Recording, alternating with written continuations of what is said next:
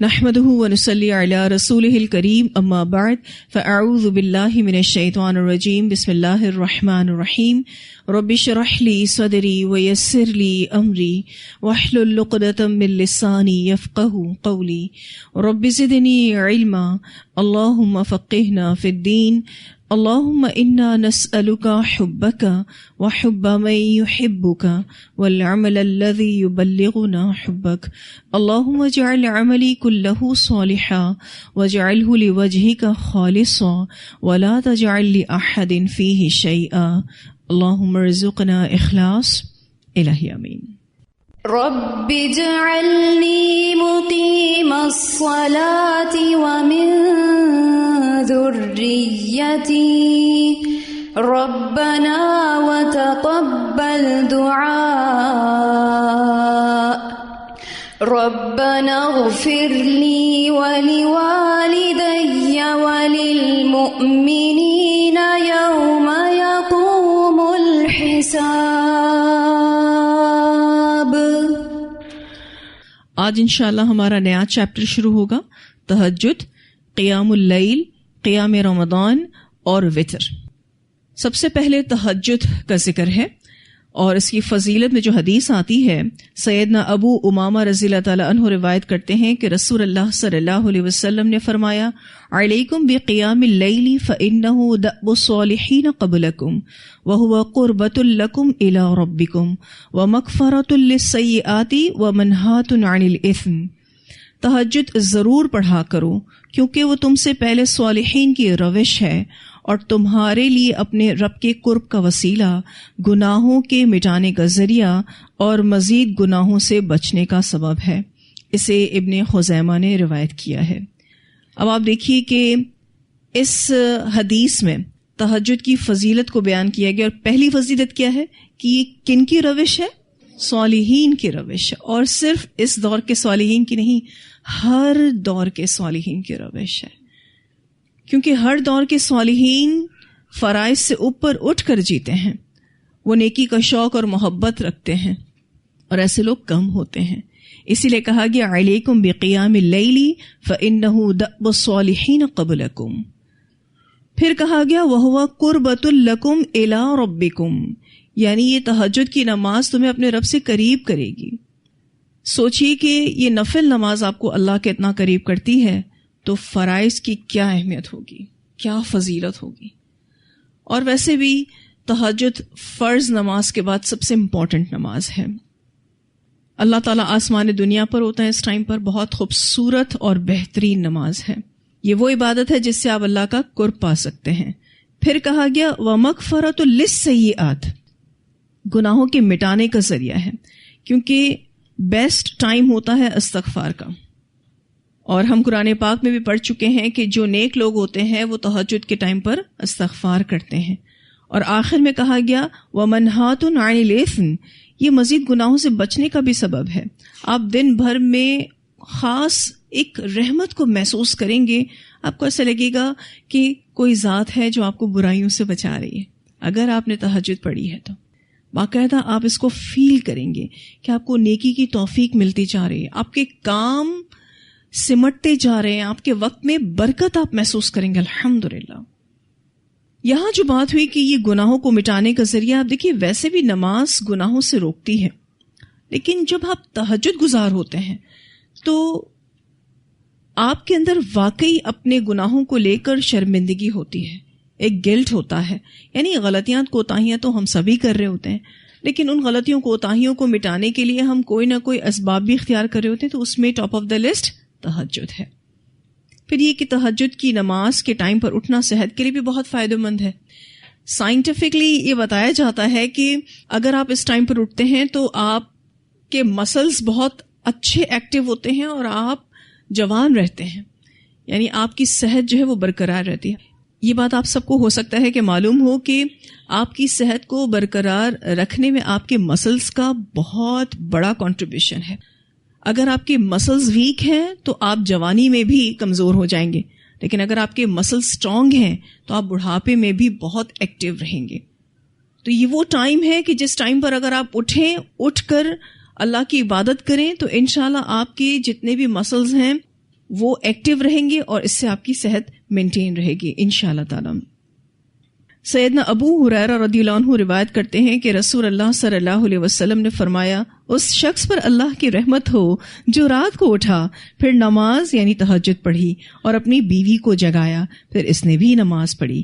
پھر اگر بیوی غلبہ نیند کے باعث نہ جاگی، یعنی اس کو بہت نیند آ رہی تھی اور وہ اٹھ نہیں پا رہی تھی، تو اس کے منہ پر پانی کے چھینٹے مارے، یعنی اٹھانے کی حتی الامکان کوشش کی. اس عورت پر بھی اللہ کی رحمت ہو جو رات کو اٹھی، پھر نماز یعنی تہجد پڑھی اور اپنے شوہر کو جگایا، پھر اس نے بھی نماز پڑھی. پھر اگر شوہر غلبہ نیند کے باعث نہ جاگا، یعنی اس کو بھی بہت زیادہ نیند آ رہی تھی، تو اس کے منہ پر پانی کے چھینٹے مارے. اسے ابو داؤد نے روایت کیا ہے. یہ سچی محبت ہے کہ آپ نیکیوں میں ایک دوسرے کو آگے بڑھائیں. یہاں تو محبتوں کے تقاضے ہی بدل گئے. اس حدیث میں جو بتایا جا رہا ہے نا، یہ ہے صحیح معنوں میں محبت کا تقاضا کہ نیکیوں میں ایک دوسرے کو آگے بڑھایا جائے. چھینٹے آپ کس کو مار سکتے ہیں؟ جس سے آپ بہت زیادہ جڑے ہوئے ہوں اور آپ کی ان سے بہت زیادہ انڈرسٹینڈنگ ہو کہ اگر آپ اس حد تک بھی جاتے ہیں ان کو اٹھانے کے لیے تو وہ اس کو برداشت کر سکیں. ٹھیک ہے نا؟ اچھا، گھر میں کچھ رشتے اور بھی ایسے ہوتے ہیں جو آپ کو خود ہی کہہ رہے ہوتے ہیں کہ ہمیں اٹھائیے گا، اور اگر ہم نہ اٹھیں تو آپ ہمارے منہ پر پانی پھینکیے گا، کوئی مسئلہ نہیں، لیکن ہمیں اٹھائیے گا. کیوں؟ کیونکہ وہ اٹھنا چاہتے ہیں لیکن ان کو اپنی کمزوری بھی پتا ہے کہ نیند کا غلبہ اتنا ہوتا ہے کہ وہ اٹھ نہیں پا رہے ہوتے.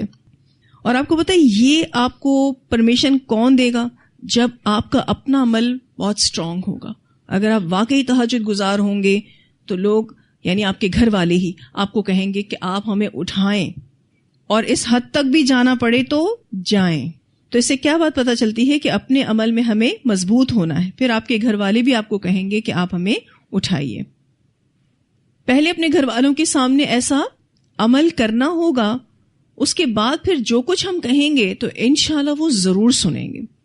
تو بہت بہترین بانڈنگ نظر آ رہی ہے اس حدیث میں ہسبینڈ اینڈ وائف کی. تمام شوہر اور بیوی کو کوشش کرنی چاہیے کہ اس طرح کی بانڈنگ ہو، ورنہ عموماً کیا دیکھا جاتا ہے کہ یا تو شوہر بہت نیکوکار ہوتا ہے، بہت زیادہ پریکٹسنگ ہوتا ہے، لیکن وائف بالکل آؤٹ آف دا وے جا رہی ہوتی ہے. یا پھر یہ بھی دیکھا جاتا ہے کہ بیوی بہت نیک اور پرہیزگار ہے لیکن شوہر آؤٹ آف دا وے جا رہا ہوتا ہے. اس کی سب سے بڑی وجہ آپس کی یہ والی بانڈنگ کا نہ ہونا ہے. ہر مسئلے مسائل کو سالو کرنے کے لیے دونوں ایک ساتھ ہوتے ہیں، لیکن جہاں بات آتی ہے دین کی، اس پر عمل کرنے کی، تو دونوں کے راستے الگ الگ ہیں. اور اس سے ہوتا کیا ہے؟ پھر اس سے نسلوں میں بھی وہی چیز آتی ہے. اسی لیے دین ہمیں بار بار سکھاتا ہے کہ بچاؤ اپنے آپ کو بھی اور اپنے گھر والوں کو اس آگ سے جس آگ کا ایندھن انسان اور پتھر ہیں. یعنی ہمیں بار بار قرآن پاک میں یہ موٹیویشن دی جاتی ہے نا کہ ہم خود بھی اللہ کے راستے میں چلیں اور اپنے گھر والوں کو بھی ساتھ لے کر چلیں. تو ان سب چیزوں کی کوشش ہمیں کرتے رہنا ہے. سیدنا ابو ہریرہ رضی اللہ تعالیٰ عنہ کہتے ہیں کہ رسول اللہ صلی اللہ علیہ وسلم نے فرمایا، فرض نماز کے بعد سب نمازوں سے افضل رات کی نماز ہے، یعنی تہجد کی نماز ہے. اسے مسلم نے روایت کیا ہے. فرض نماز کے بعد ٹاپ آف دا لسٹ تہجد ہے. مجھے نہیں معلوم آپ میں سے کتنے لوگ اس کو پڑھتے ہیں. اچھا گمان ہے، حسن ظن ہے کہ آپ سب اس کا اہتمام کرتے ہوں گے ڈیلی بیسس پر، اور اگر ڈیلی بیسس پر نہیں کر سکتے تو آلٹرنیٹ بیسس پر، اور اگر آلٹرنیٹ بیسس پر نہیں کر سکتے تو ویکلی بیسس پر بھی اس کو ضرور کرتے ہوں گے. کیوں؟ اس نماز کی خاص روحانیت ہے. اس نماز کو تو اپنی روٹین میں لانا ہوگا انشاءاللہ تعالی. کبھی کبھار اگر آپ کی تہجد چھوٹ جاتی ہے نا، اتنی مسنگ فیلنگز ہوتی ہیں کیونکہ آپ کو اس کی عادت ہے. اور اس ٹائم پر آپ دیکھیے اللہ سبحانہ تعالیٰ آسمان دنیا پر آتے ہیں. ویسے 5 وقت کی نماز جب آپ پڑھتے ہیں، فرض ادا کرتے ہیں، کہیں کوئی حدیث ملتی ہے کہ اللہ تعالیٰ آسمان دنیا پر آتے ہیں؟ نہیں. اللہ آپ کو اپنے پاس بلاتے ہیں، اور تہجد کے ٹائم پر اللہ تعالیٰ آتے ہیں اور کہتے ہیں کوئی ہے جو مجھ سے مانگے تو میں اسے دوں. آگے حدیث میں یہ بات آئے گی بھی. ٹھیک ہے، تو اس کو اپنی روٹین میں شامل کرنا ہے اور اس کے لیے سیریس ہونا پڑے گا. ادروائز یہ اتنی بلیسڈ نماز ہے، نصیب والوں کو ہی نصیب ہوتی ہے. رسول اللہ صلی اللہ علیہ وسلم نے فرمایا، جب انسان سوتا ہے تو شیطان اس کے سر کی گدی پر 3 گرہیں لگاتا ہے اور ہر گرہ کے ساتھ کہتا ہے کہ رات بڑی لمبی ہے، تو سویا رہ. ویسے ایسا کبھی ہم بھی فیل کرتے ہیں کہ کوئی ہمیں کہہ رہا ہے کہ سوئے رہو، ابھی ٹائم باقی ہے، اٹھ کے پڑھ لینا نماز. ایسا لگتا ہے نا؟ یہ شیطانی ہوتا ہے جو نہیں چاہ رہا ہوتا کہ ہم تہجد کے لیے اٹھیں اور اپنے رب کا قرب حاصل کریں.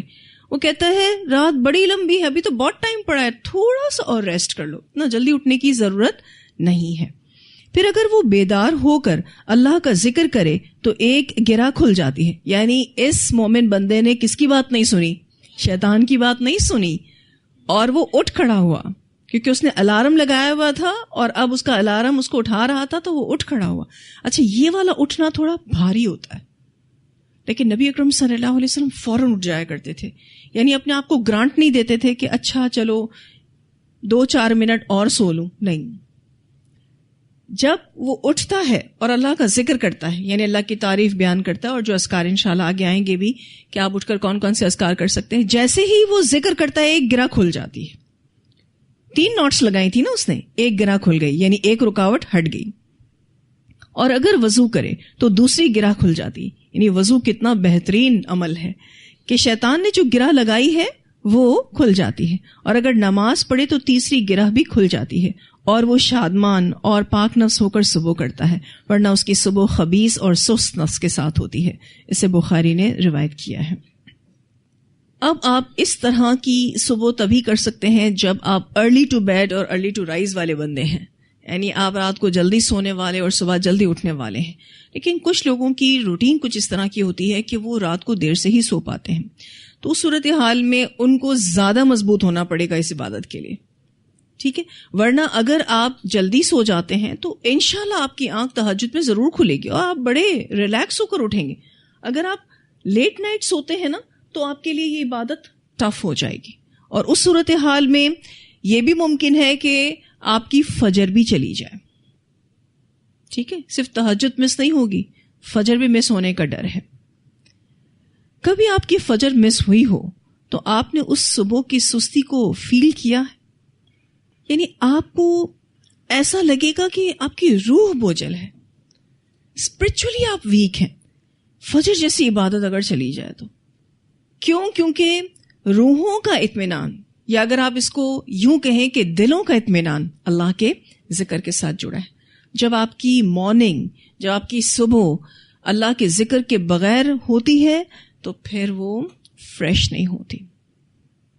پھر آپ کہتے ہیں میرا دل پتہ نہیں کیوں اداس ہے.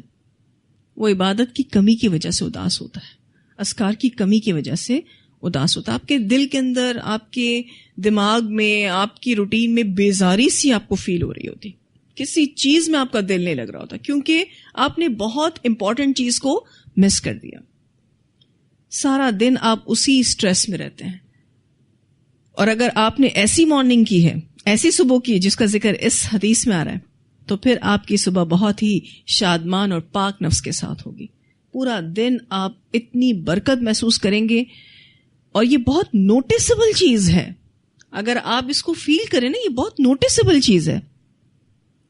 رسول اللہ صلی اللہ علیہ وسلم نے فرمایا اللہ تعالیٰ ہر رات جب 1/3 رات باقی رہ جاتی ہے، یعنی رات کے اگر آپ 3 حصے کر لیں تو یہ آخری پہر ہے، یہ آخری تہائی حصہ ہے.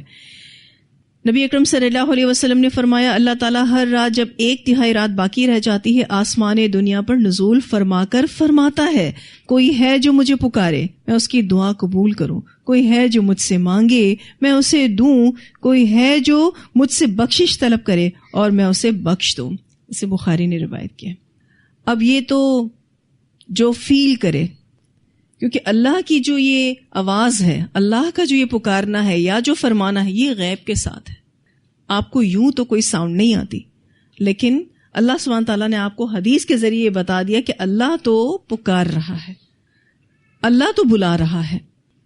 جیسے کہ میں آپ سے ذکر کر رہی تھی کہ 5 نمازوں میں اللہ تعالیٰ ہمیں بلاتے ہیں، اور تہجد کے ٹائم پر اللہ تعالیٰ خود آسمان دنیا پر آتے ہیں نوازنے کے لیے ہم سب کو، ہمیں دینے کے لیے. جو بد نصیب ہو تو پھر وہی اس وقت کو مس کرے گا. نبی اکرم صلی اللہ علیہ وسلم کا شکر کرنے کا انداز. سیدنا مغیرہ رضی اللہ تعالیٰ عنہ فرماتے ہیں کہ رسول اللہ صلی اللہ علیہ وسلم اتنا لمبا قیام کرتے یعنی رات کو تہجد میں کہ آپ کے پاؤں سوج جاتے. آپ سے سوال ہوا آپ اتنی مشقت کیوں کرتے ہیں حالانکہ آپ کے اگلے پچھلے سب گناہ معاف ہیں. آپ صلی اللہ علیہ وسلم نے فرمایا کیا پھر میں اللہ کا شکر گزار بندہ نہ بنوں؟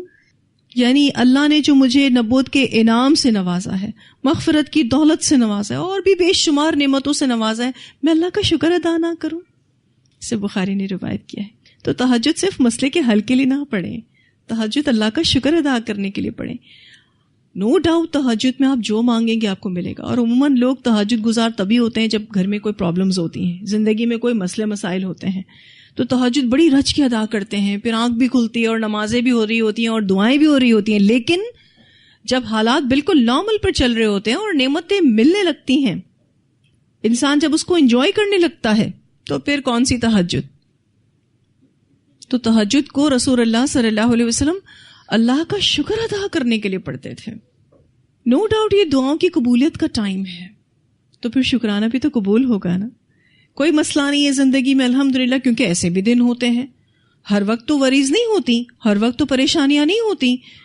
کبھی ایسا ٹائم بھی اللہ تعالیٰ دیتا ہے جو سکھ کا ٹائم ہوتا ہے, اس میں بھی اٹھیں اور کہیں اللہ تعالیٰ اس لیے اٹھی ہوں تاکہ تیرا شکر ادا کر سکوں.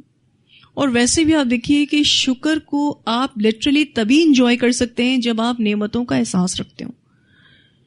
دیکھیں پرابلمس کس کی زندگی میں نہیں ہے, ہر انسان کی زندگی میں کوئی نہ کوئی پرابلم ہوتی ہے.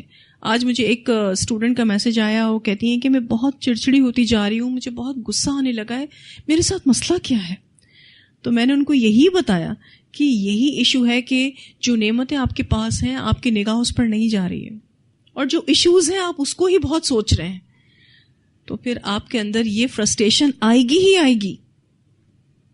لازمی ہے کہ آپ اس مشکل وقت میں بھی اللہ کا شکر ادا کریں. آپ دیکھیں آپ کی فیلنگز چینج ہو جائیں گی. شکر گزاری بھی نعمت ہے.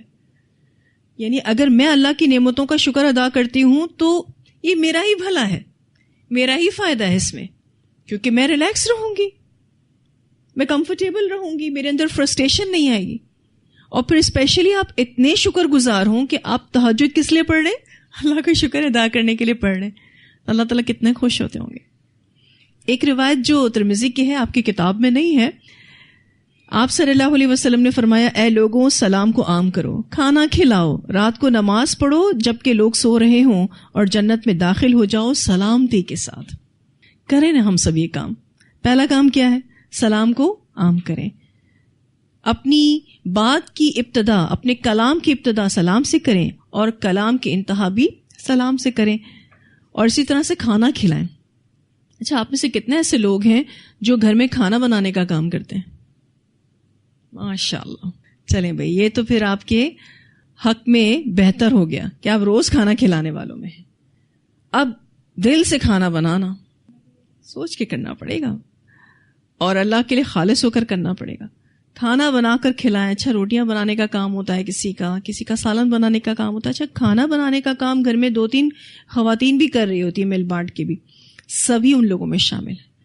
اور پھر تہجد پڑھیں, یعنی اس ٹائم پر نماز جب لوگ سو رہے ہوں. یعنی آپ نے اللہ کو خوش کرنے کے لیے ایک سٹیپ بڑھایا ہے.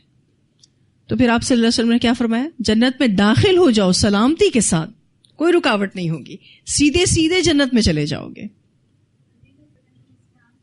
ہاں آ سکتے ہیں, اگر آپ سرو کر رہے ہیں کھانے کو تو آ سکتے ہیں, کیونکہ دیکھیں کھانا بنانے کے عمل کے لیے بہت ساری چیزیں درکار ہوتی ہیں. کوئی گروسری لے کر آتا ہے, باہر سے کوئی سبزی لے کر آتا ہے, ٹھیک ہے نا, کسی چیز کی ضرورت ہے تو وہ بھی اس میں شامل ہے. اگر وہ نہ لائے تو آپ کھانا کیسے بنائیں گے؟ تو اپنے گھر والوں کو یوں بھی موٹیویٹ کریں کہ ہم سب اس میں شامل ہیں. کچھ لوگ گھر میں کما کے لا رہے ہوتے ہیں تو ہی تو کھانا بنتا ہے, تو وہ بھی ان میں شامل ہے. تو کھانا کھلانا جو ہے یہ جنت میں لے جانے والے کاموں میں سے ہے. اور رات کو تہجد پڑھنا, سلام کو عام کرنا, ٹھیک ہے, نمبر 1, پھر کھانا کھلانا اور تہجد پڑھنا.